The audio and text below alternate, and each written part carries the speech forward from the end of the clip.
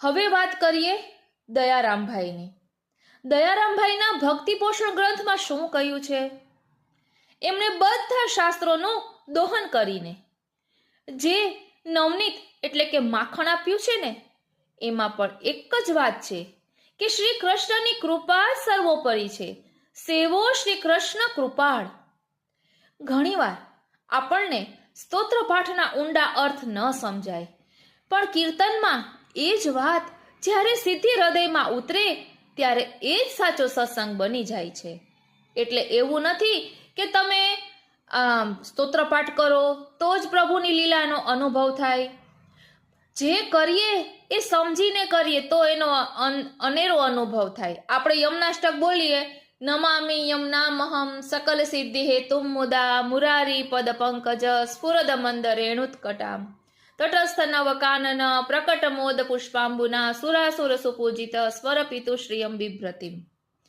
હવે આ રીતે આપણે બોલ્યા, પરંતુ એમાં શું કહેવા માંગે છે એ સમજાયું નહીં. હવે આપણે એને ગુજરાતી ધોળના રૂપમાં બોલીએ. શ્રી કૃષ્ણના ચરણારવિંદ નીરજ થકી શોભી રહ્યા, સિદ્ધિ અલૌકિક આપનારા વંદુ શ્રી યમુનાજીને. સુપુષ્પની સુવાસથી જંગલ બધું મહેકી રહ્યું ને મંદ શીતલ પવનથી જળ પણ સુગંધિત થઈ રહ્યું.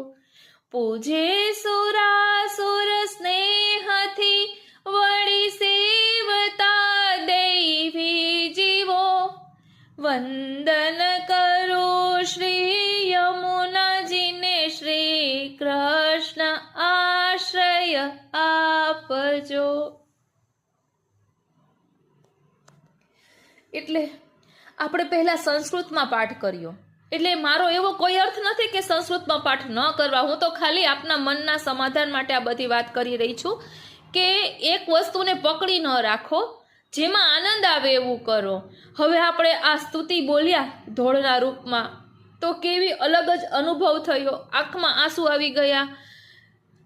એટલે બસ આ અનુભવ એ જ તો પ્રભુની કૃપાનો અનુભવ આપણને થાય છે, એમનો સાક્ષાત્કાર થયો કહેવાય છે.